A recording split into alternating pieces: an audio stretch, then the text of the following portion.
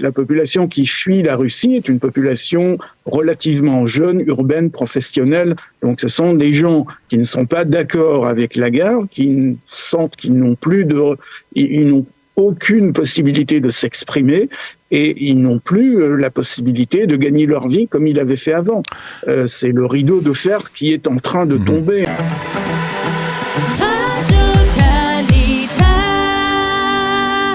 Nous avons le plaisir d'être en ligne avec Yigal Palmor. Yigal, bonjour, Boker Tov. Bonjour Daniel, Boker Tov. Merci d'être avec nous. Je rappelle que vous êtes le directeur du département des relations internationales à l'Agence juive et justement nous voulions parler avec vous justement de ces données qui ont été rendues publiques hier par le Bureau national des statistiques comme cela se fait par tradition à la veille, à l'approche du Yom HaAtzmaut. Des données impressionnantes sur la Aliyah.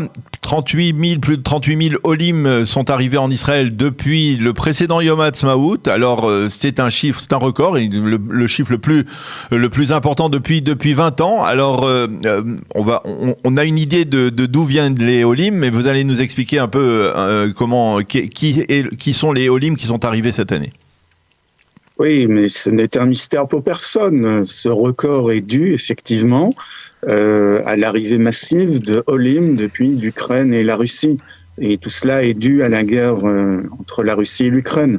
Donc, si les données de Aliyah sont encourageantes, les circonstances qui ont généré ce grand flux migratoire ne le sont pas forcément, ou même pas du tout.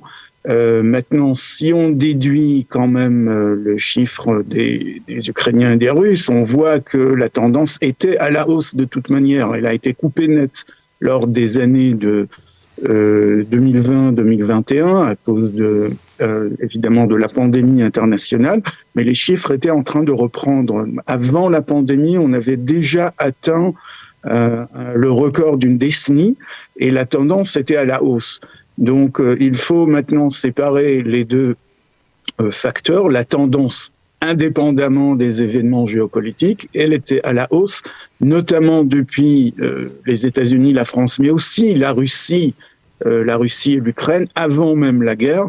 Et puis, avec la guerre, évidemment, des réfugiés ukrainiens et un très grand nombre de Russes qui arrivent en Israël, qui fuient la Russie, alors que ce pays ne souffre pas la guerre en tant que telle, mais des sanctions internationales et évidemment des restrictions de plus en plus pesantes sur la liberté d'expression et la liberté de mouvement.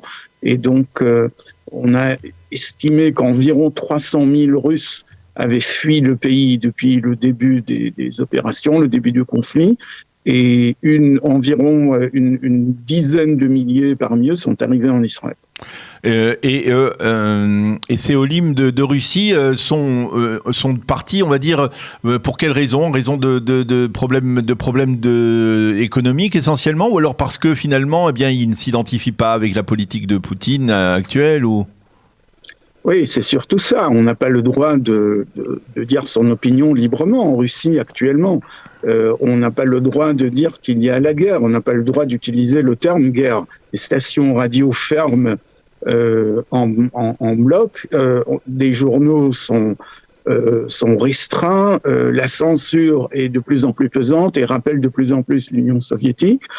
Et évidemment, les sanctions économiques internationales se font sentir. Et la population qui fuit la Russie est une population relativement jeune, urbaine, professionnelle. Donc ce sont des gens qui ne sont pas d'accord avec la guerre, qui sentent qu'ils n'ont ils n'ont aucune possibilité de s'exprimer et ils n'ont plus la possibilité de gagner leur vie comme ils l'avaient fait avant. C'est le rideau de fer qui est en train de tomber. On l'entend rouler. On l'entend même physiquement presque. Oui. Et avant qu'il ne se referme complètement, eh bien, ces populations-là essayent de fuir et de se construire une nouvelle vie à l'étranger. Et donc, un grand nombre de Juifs dans cette population cherchent à construire une nouvelle vie en Israël. Alors justement, à propos des Russes, on a pris connaissance ce matin des déclarations tout à fait stupéfiantes du chef de la diplomatie russe, Sergei Lavrov, qui ne nous avait pas habitués à ce genre de propos, qui a parlé en parlant de Zelensky en disant que le fait qu'il soit juif, ça ne dément pas les paramètres nazis de l'Ukraine et que les plus grands antisémites sont des juifs, que Hitler avait des racines juives. C'est tout de même un peu étonnant étonnant et surprenant de la part du chef de la diplomatie. Qu'est-ce que ça suscite en vous comme réaction, justement, dans cette période qui est entre le Yom HaShoah et le Yom HaAtzmaut? Ce que cela suscite en moi, c'est le rejet le plus complet, la déception, mais surtout le rejet et évidemment le dégoût. Le dégoût, on n'a pas le droit de parler comme ça quand on est le chef de la diplomatie d'une superpuissance, quand on prétend jouer un rôle au Proche-Orient, quand on prétend être plus ou moins ami d'Israël.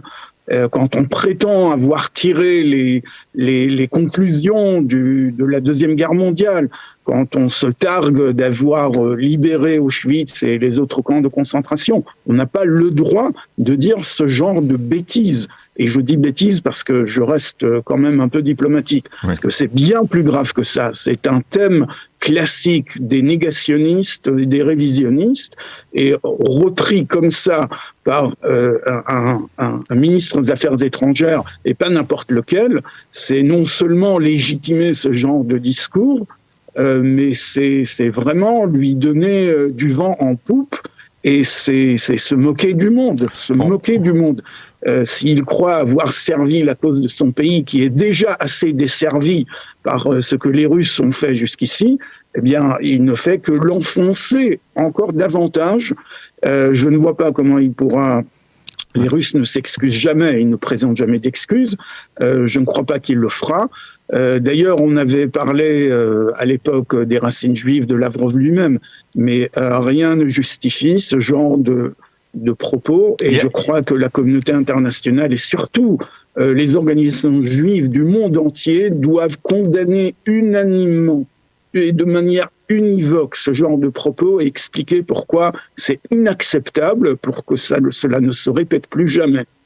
Alors oui, on va revenir, on pourrait continuer à discuter là-dessus, parce que c'est intéressant de savoir si justement ce conflit entre l'Ukraine et la Russie s'accompagne d'un relent d'antisémitisme dans les deux pays. Ça serait intéressant, peut-être en un mot, Yigal, vous avez remarqué à l'Agence juive des développements comme cela, une résurgence d'antisémitisme qui peut être inquiétante en Russie?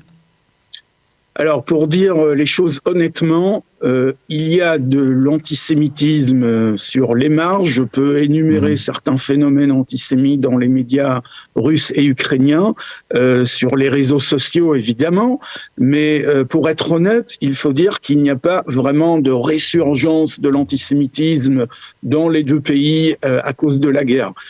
Il y a eu de l'antisémitisme dans ces deux pays avant même la guerre. Là encore, ce n'est un secret pour personne, qu'il y ait des antisémites en Ukraine et en Russie. Ce n'est pas vraiment une grande nouvelle.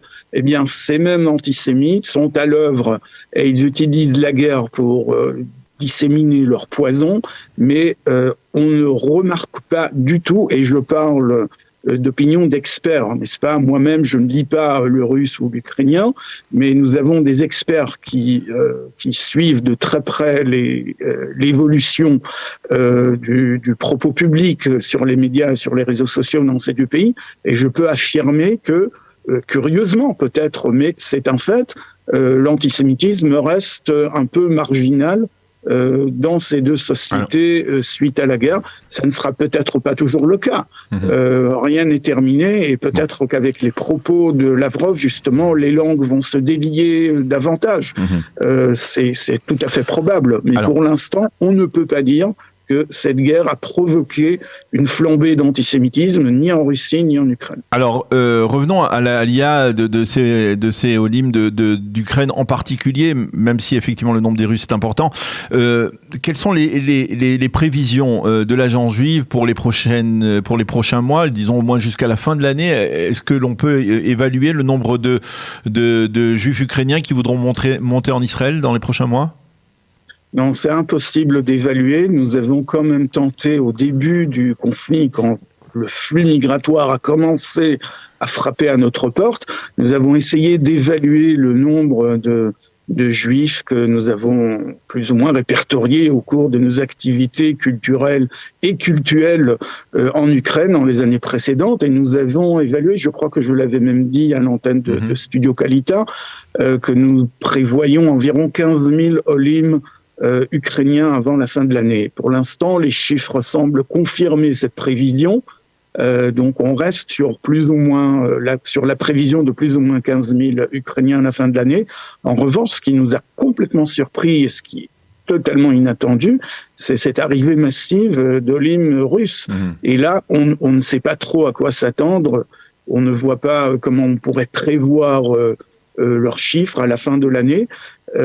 On essaye quand même de donner une prévision. Là encore, on va dire environ 10 000, 15 000.